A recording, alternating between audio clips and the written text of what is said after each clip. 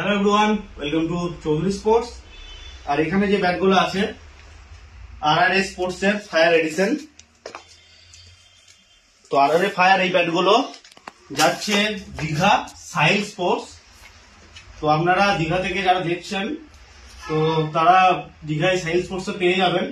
তো অবশ্যই যদি লাগে আপনারা কন্ট্যাক্ট করবেন, আমরা তার নাম্বার আপনাকে প্রোভাইড করে দেবো। তো একবার ব্যাটগুলো আমরা দেখিয়ে দাও কেমন কোয়ালিটির ব্যাট যাচ্ছে।